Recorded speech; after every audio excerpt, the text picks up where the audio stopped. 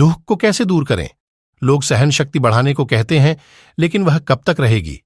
ज्ञान की डोर तो आखिर तक पहुंचेगी, सहन शक्ति की डोर कहां तक पहुंचेगी? सहन शक्ति लिमिटेड है, ज्ञान अनलिमिटेड है। यह ज्ञान ही ऐसा है कि किंचित मात्र सहन करने को नहीं रहता। सहन करना यानी लोहे को आंखों से देखकर पिघालना, उसके लिए शक्ति चाहिए, जबकि ज्ञान से किंचित मात्र सहन किए बगैर परमानंद सहित मुक्ति। और फिर यह भी समझ में आता है कि यह तो हिसाब पूरा हो रहा है और मुक्त हो रहे हैं। जो दुख भुगते उसी की भूल और सुख भोगे तो वह उसका इनाम। लेकिन भ्रांति का कानून निमित्त को पकड़ता है। भगवान का कानून, रियल कानून तो जिसकी भूल होगी उसी को पकड़ेगा। यह कानून एग्जैक्ट है और उसमें कोई परिवर्तन कर ही नहीं सकता।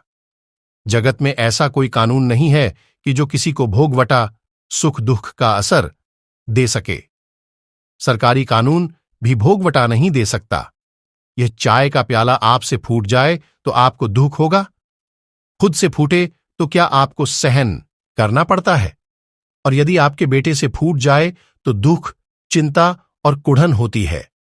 खुद की ही भूल का हिसाब है, ऐसा यदि समझ में आ जाए तो दुख या चिंता होगी। यह तो दूसरों के दोष देखने से दुख और चिंता खड़ी करते हैं, रात दिन जलन ही खड़ी करते हैं, और ऊपर से खुद को ऐसा लगता है कि मुझे बहुत सहन करना पड़ रहा है। खुद की कुछ भूल होगी तभी सामने वाला कहता होगा ना, इसलिए भूल सुधार लो ना। इस जगत में कोई जीव किसी जीव को तकलीफ नहीं दे सकता, ऐसा स्वतंत्र है, और यदि कोई तकलीफ देता है वह पहले दखल की है। इसलिए भूल खत्म कर लो, फिर हिसाब नहीं रहेगा।